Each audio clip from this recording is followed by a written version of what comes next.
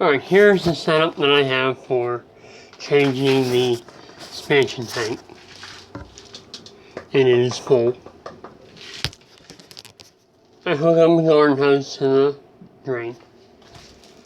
Run that to the floor drain. Isolate it the best I can. I shut off each run if there is any. And then that on all the valves.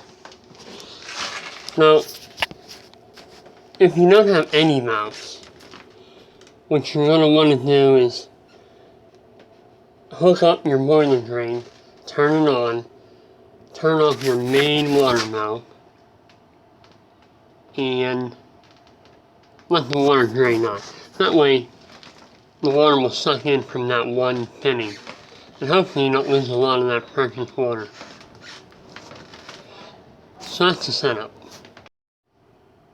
And one thing you must pay attention to is your lines must be cold.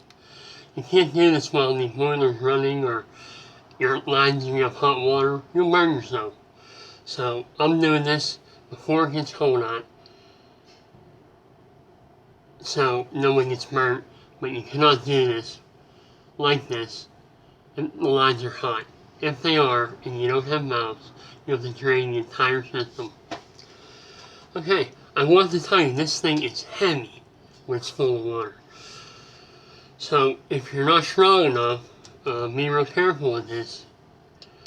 Now, you're going to get wet, but work methodically and get that back in there. Don't rush around, have everything set up and ready to go. I have my tank off to the side here. I believe it's a little bit bigger than that one, but so I'm going to go ahead and loosen this up, get it to the ground, and then put my other one in there as fast as I can. But like I said, I know when to get wet, and let's just do it the best we can.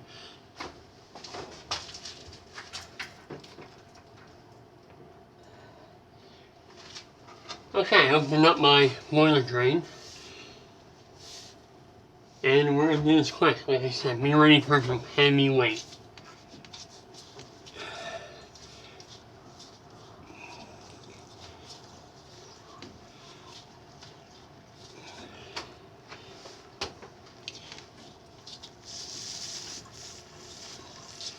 I can hear that air sucking in, which is good.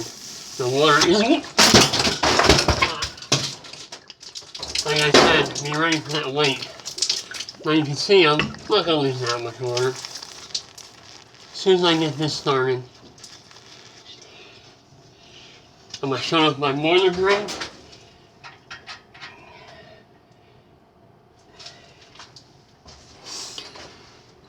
I also had my main line coming in shut off, so we weren't adding water in as we're taking out. But as you can see, a lot of the air got sucked up into it and out the boiler drain. So I didn't lose a lot of water. I got a little bit wet, but it wasn't too bad. So I'll go ahead and tighten this up.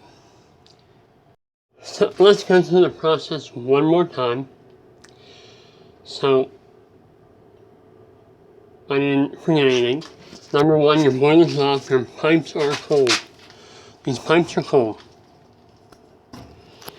Hook up a line to your boiler valve, run it to a drain.